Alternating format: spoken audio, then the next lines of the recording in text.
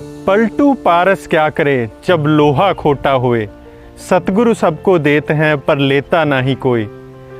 पलटू साहब की इस वाणी में हमें बहुत अच्छी तरह से समझाया गया है कि हमें हर दम उस परम पिता परमात्मा के ध्यान में मग्न रहना चाहिए। हम हर एक समय के सतगुरु जो होते हैं वो हमें यही समझाते हैं कि हमें अपनी हर एक सांस के साथ उस परमपिता परमात्मा का सिमरन करना चाहिए।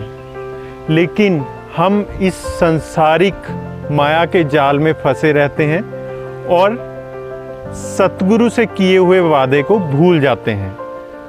नमस्कार दोस्तों, स्वागत है आपका हमारे YouTube channel affair with God में। मेरा नाम है शोभित शर्मा। एक बार एक पंडित जी एक दुकानदार के पास 500 रुपये ये सोचकर रख देते हैं कि जब मेरी बेटी सयानी होगी तब ये पैसे मैं उस दुकानदार से ले लूँगा और ये उसकी शादी में काम आएंगे। ये सोचकर वो पैसे जमा कर देता है। समय बीतता गया, बेटी सयानी हो गई, उसकी शादी का समय आ गया। तब उन पंडित जी को याद आया कि मैंने उस सेठ जी के पास ये पैसे रखे हैं तो मैं उनसे वापस ले लेता हूँ और अपनी बेटी की शादी में काम आएंगे। पंडित जी दुकानदार के पास जाते हैं और उनसे अपने पैसे मांगते हैं। तो जैसे ही पंडित जी उनके से पैसे मांगने लगते हैं तब दुकानदार कहता है कि आपने मुझे कब पैसे दिए? क्या मैंने आपको कुछ लिखित में रसीद दी है? ये कहते ही उस दुकानदार ने पंडित जी की बात को नकार दिया। ये सब सुनकर पंडित जी का मन बहुत दुखी हुआ, वो बहुत विचलित हुए। कई दिन तक वो घर में बैठे रहे और दुकानदार की इस हरकत को मन से लगाकर अफसोस करते रहे। तभी उन पंडित जी के दिमाग में आया कि क्यों ना मैं अपनी व्यथा राजा को बताऊं। राजा कोई ना कोई हल कर ही देंगे और मुझे मेरी बेटी की शादी के लिए पैसे मिल ही जाएंगे। ये सोचने के बाद पंडित जी अगले दिन राजा के पास गए, राजा से अपनी फरियाद कही।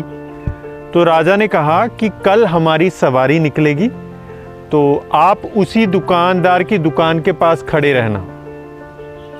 अगला दिन आया, राजा की सवारी निकली और लोगों ने अलग अलग तरीके से राजा जी का स्वागत किया। किसी ने उनको माला पहनाई, किसी ने उनकी आरती उतारी। ऐसे ही करते करते राजा की सवारी आगे बढ़ती रही। तो जैसे ही सवारी उस दुकानदार की दुकान के पास पहुंची तो राजा ने पंडित जी को देखा।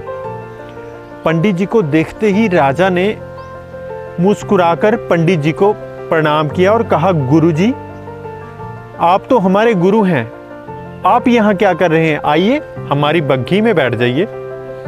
ये सुनकर वो पंडित जी राजा की बग्घी में बैठ गए और बग्घी आगे चल पड़ी।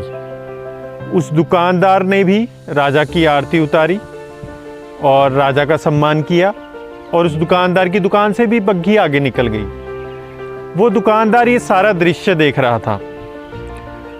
कुछ समय लगा और जैसे ही बग्घी उस दुकान से थोड़ा आगे गई तो राजा ने पंडित जी को बग्घी से नीचे उतार दिया और ये कहा कि पंडित जी, हमने अपना काम कर दिया है, अब आगे आपकी किस्मत। तो ये सारा दृश्य देखने के बाद वो दुकानदार ये सोचता है कि पंडित जी की तो राजा के साथ बहुत अच्छी सांठ गांठ है, तो कहीं पंडित जी उनका कबाड़ा ही ना कर दें। तो ये सोचकर वो दुकानदार अपने मुनीम को पंडित जी को ढूंढने के लिए भेजता है। मुनीम जब पंडित जी को ढूंढने जाता है तो वो एक पेड़ के नीचे बैठे कुछ विचार विमर्श कर रहे होते हैं। मुनीम बड़े ही आदर सत्कार के साथ पंडित जी को दुकान पर ले आता है।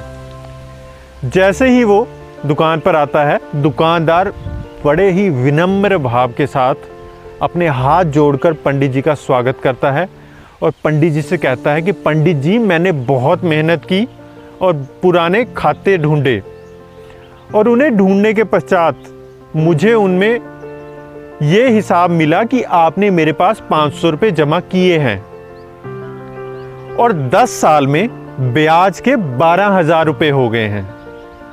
और पंडित जी, आपकी बेटी तो मेरी बेटी के समान ही है, तो मैं अपनी तरफ से 1,000 रुपया आपको और दे रहा हूं, जो आप अपनी बेटी की शादी में लगा दीजिएगा। ये कहकर दुकानदार ने पंडित जी को 13,500 रुपये देकर अपनी दुकान से विदा किया और पंडित जी खुशी खुशी वो सारे पैसे लेकर उस दुकानदार के यहाँ से विदा हुए। तो दोस्तों, हमें इस कहानी से ये शिक्षा मिलती है कि अगर एक राजा मात्र से संबंध बनने के पश्चात उन पंडित जी के सारे दुख दूर हो जाते हैं, तो अगर हम इस संसार के राजा उस परम पिता परमात्मा से अपना संबंध बना लें, तो हमें इस दुनिया में किसी भी किस्म की किसी भी मुसीबत का सामना नहीं करना पड़ेगा। तो दोस्तों, उस परम पिता परमात्मा को भजते रहें, उसके नज़दीक रहें, खुश रहें और अपने जीवन का आनंद लेते रहें। और इस वीडियो को ज़्यादा से ज़्यादा शेयर करें और चैनल को सब्सक्राइब करें, ताकि ये कहानी ज़्यादा से ज़्यादा लोगों के पास पहुंच सके। आप लोगों से गुजारिश है कि अपने विचार कमेंट बॉक्स में ज़रूर दें कि इस वीडियो में आपको इस कहानी में क्या अच्छा लगा और क्या चीज़ आप चाहते हैं कि आने वाले वीडियो में इम्प्रूव हो। तो हम अपनी तरफ से एक और अच्छी और नई कहानी के साथ बहुत ही जल्द आपके सामने हाजिर होंगे। तब तक के लिए नमस्कार।